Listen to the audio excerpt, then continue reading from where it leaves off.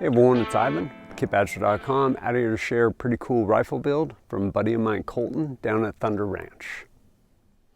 Colton, out here at Thunder Ranch, gonna walk you guys through kind of a little project I've been working on for a little while. In a nutshell, 12.5-inch 6-arc. So far, pretty impressed with the cartridge, especially out of a 12.5-inch gun.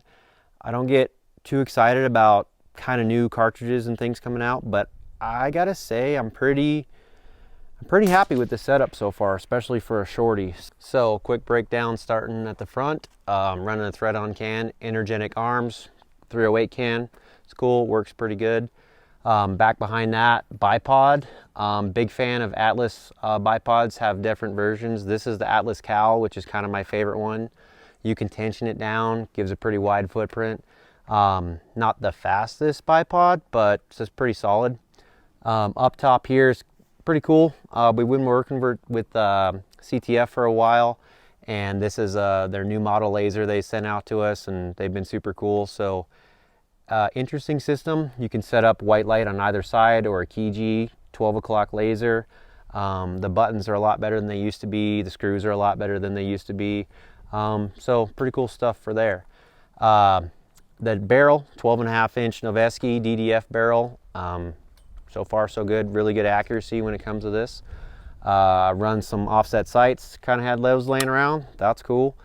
New rail from Aero, it's a lot stiffer than the previous generations from them, so liking that quite a bit. The optic, new 2.5 to 10 by Leupold with their new reticle. I actually like this scope quite a bit for the size and capability. Up top, Holosun, had that laying around. It works out pretty good, 12 o'clock mount. Pretty much have gone to 12 o'clock red dots for a lot of different reasons. Night vision being one, it's ambidextrous, so it works out pretty good. Bubble level, big fan on that. The cant on the gun makes a big difference, especially when you're shooting at distance, so I like to be able to eliminate that. Upper and lower are old Thunder Ranch, upper and lower from Aero, and kind of had those laying around. Running Geissele mags, also running the, what's up Peanut? Also running the curved ones, the Duramags, they've run pretty good too.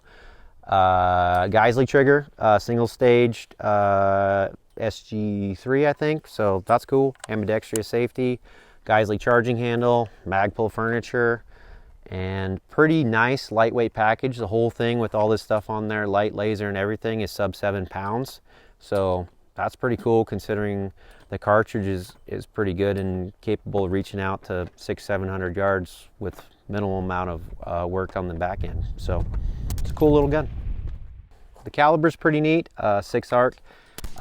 Basically, especially in a 12.5-inch gun, it's essentially 308 dope, give or take. So it's very familiar to me. The cool thing about it is the wind deflection, right? So 108 grain projectile, the BC is really high. It cuts the wind really well. Even out here we get quite a bit of crosswind, and a lot of times I'm holding straight up, where with other calibers I would have to be adding quite a bit of wind.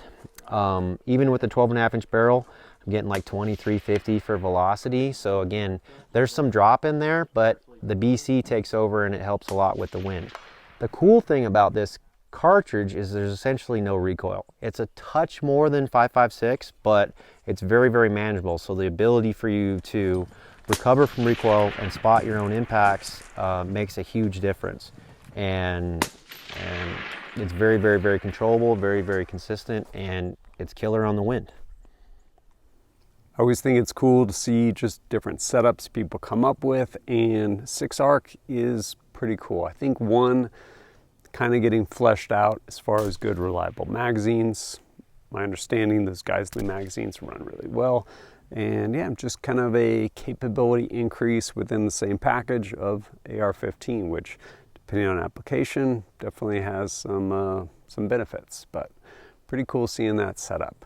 And if you're curious about it, there'll be links down below. You can kind of check out all the different parts of that build and whatnot. And as always, thanks for joining us at kitbadger.com.